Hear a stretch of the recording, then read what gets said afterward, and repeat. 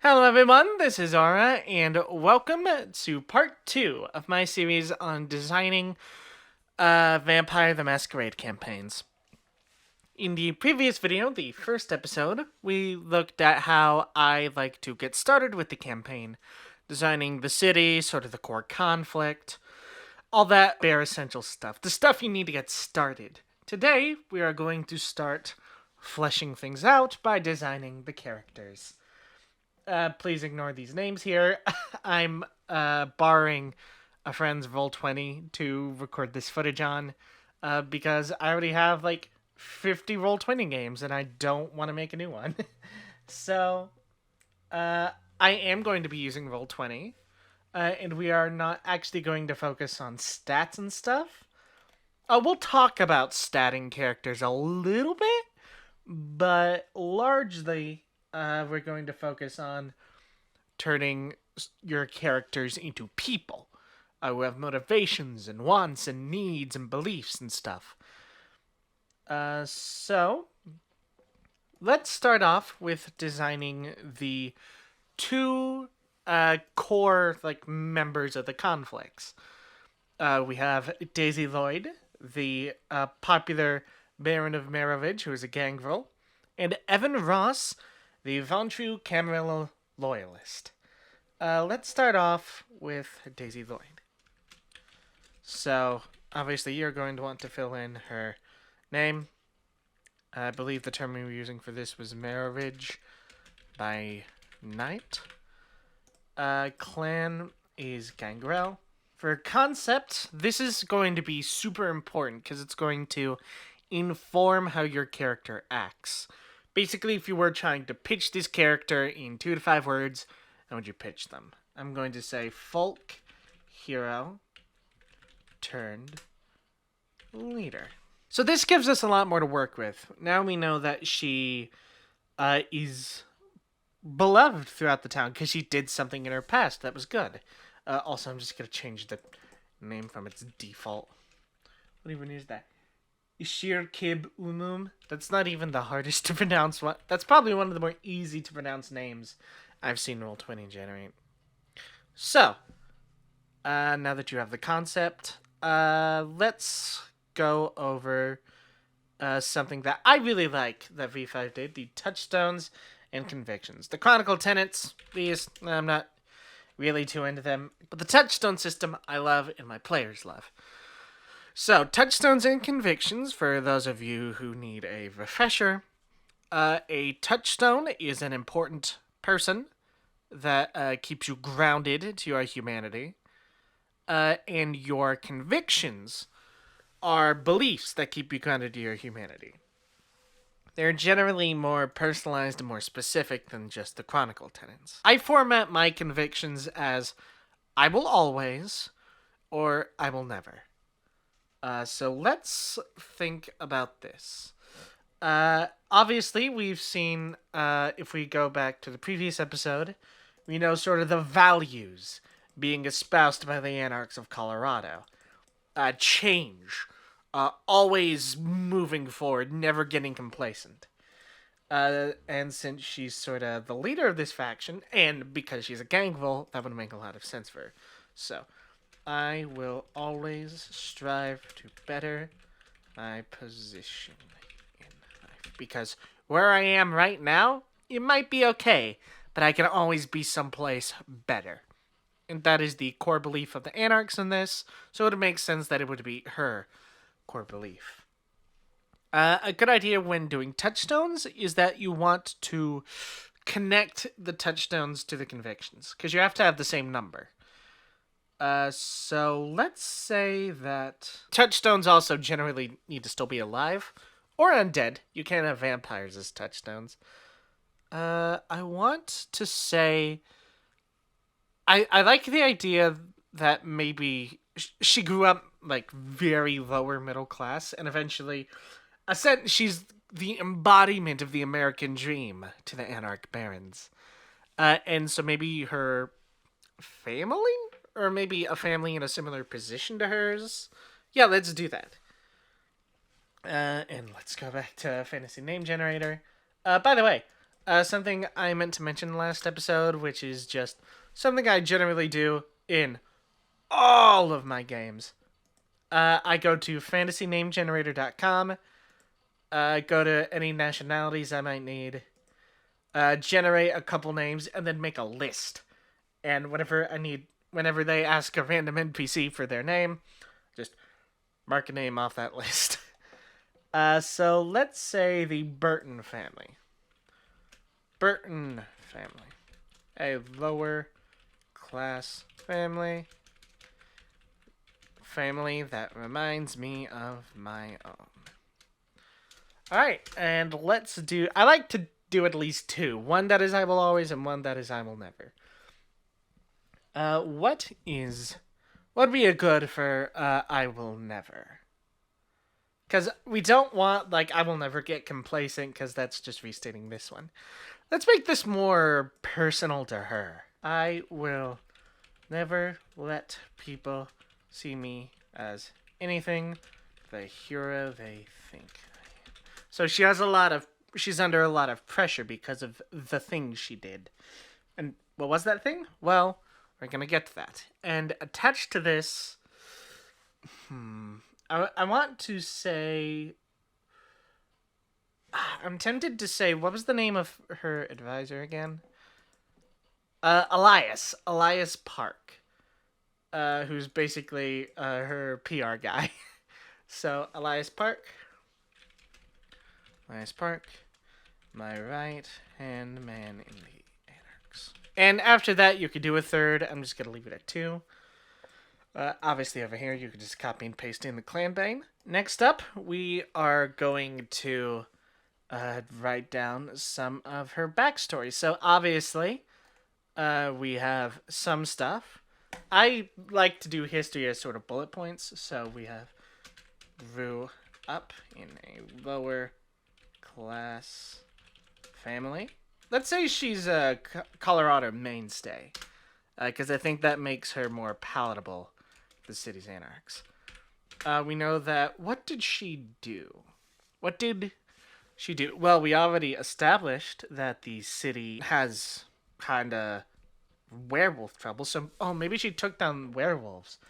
Or a werewolf, more realistically. Because that's something that's badass enough that she would be worshipped for it, but would also put on the pressure, which is clearly a big part of her character. Took down a werewolf who was threatening our city and became baron for it. Alright, so one thing we haven't answered is who was the other baron? Let's say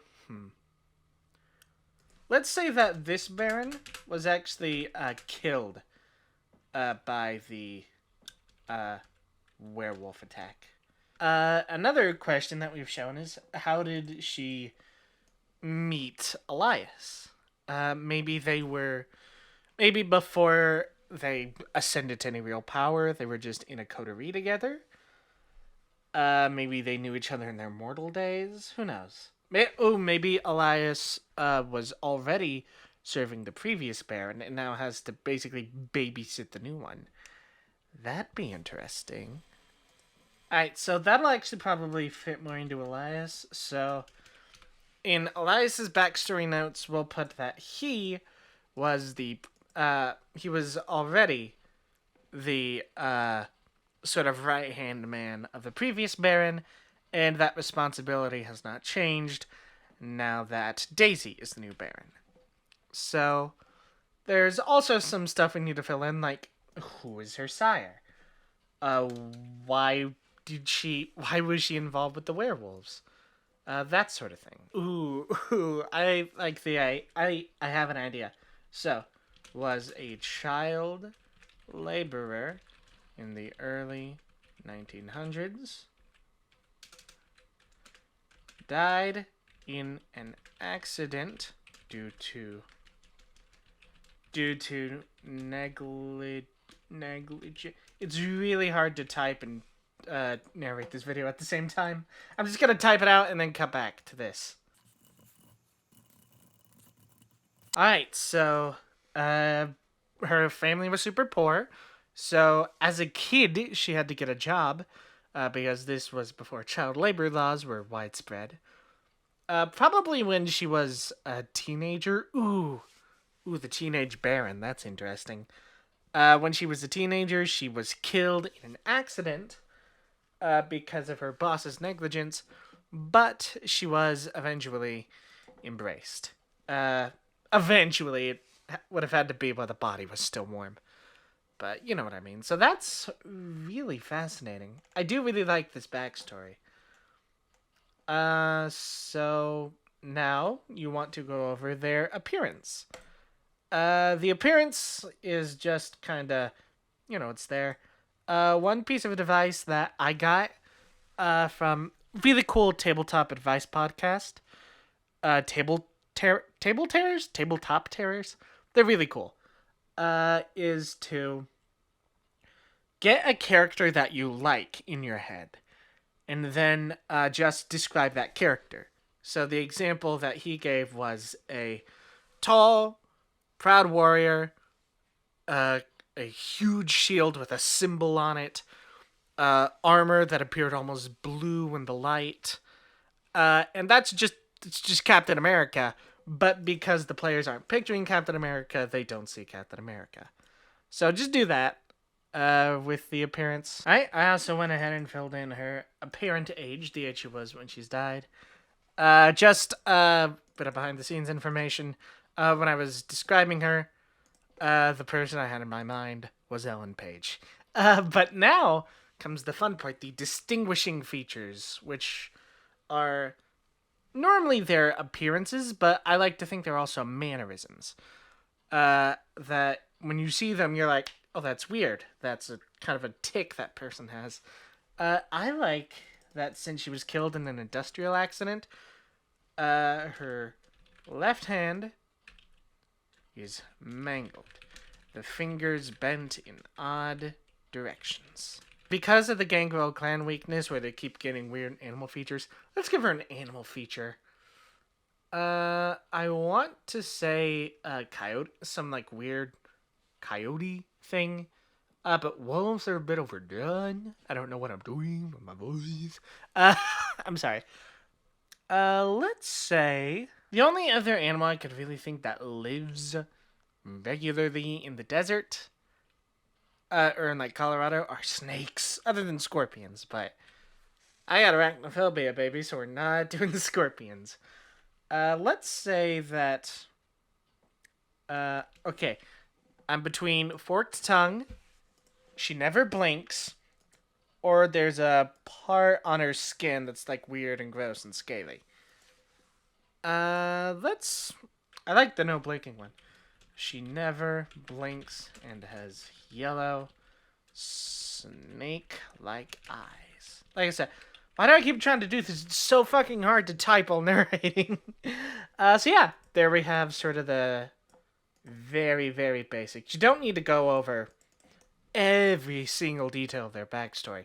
Though if you do want to do that, plug for a really cool solo, as in you could play it by yourself, tabletop game, The 1,000-Year-Old Vampire. I've done some videos on it. Super fun. Basically, you create a mortal in like a ancient historical time period, and then just tell their story. It's actually a really good tool for just generating Vampire the Masquerade backstory. I've used it for a lot of my characters. It's super fun, but I figured I'd show something a little more streamlined for this. And so the last thing we need to do is just to fill in her when she died, when she was born, that sort of thing. Let's say that she was... I just put the year for the date of death. She was embraced in 1929. Ooh, right around the start of those of that depression. And doing some math, she was born in 1912. And doing more math with my super big smart brain, that I can totally do this math and don't need a calculator. She's 91. Wow, 91. She's not even an ancilla. Interesting. The last thing you want to go over with a character is ambition and desire. Ambition is basically a long-term goal. Desire is a short-term goal.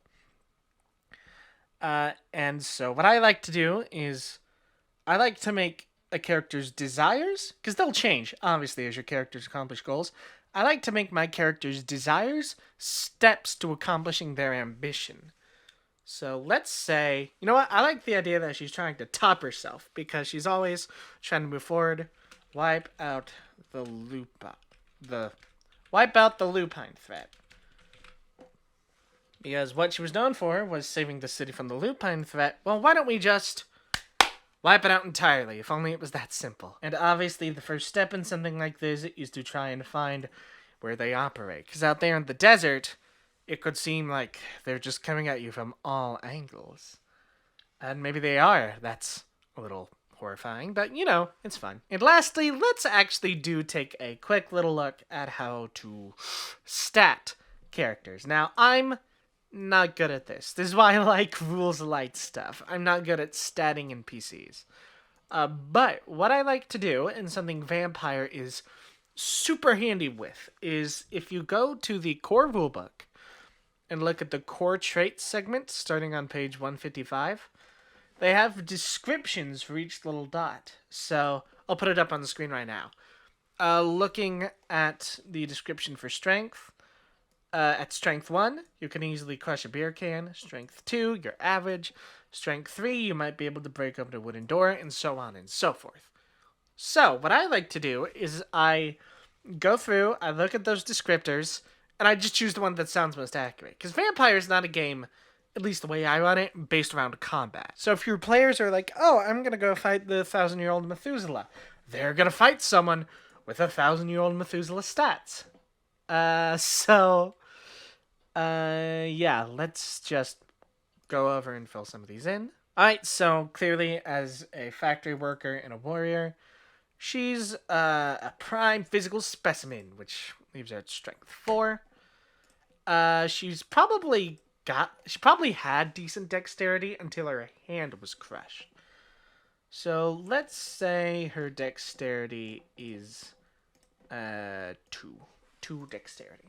And for stamina, obviously, we gotta go stamina 3 or 4. I'm gonna go 3.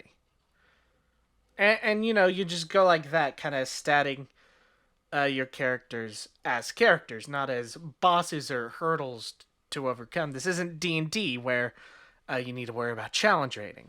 And obviously, you just kind of go through. I'm just choosing random one. She has intelligence 7, because why not? No. I'm just choosing random numbers. And obviously, you go through. They add that with skills. They add specialties. Disciplines, blood potency, and humanity.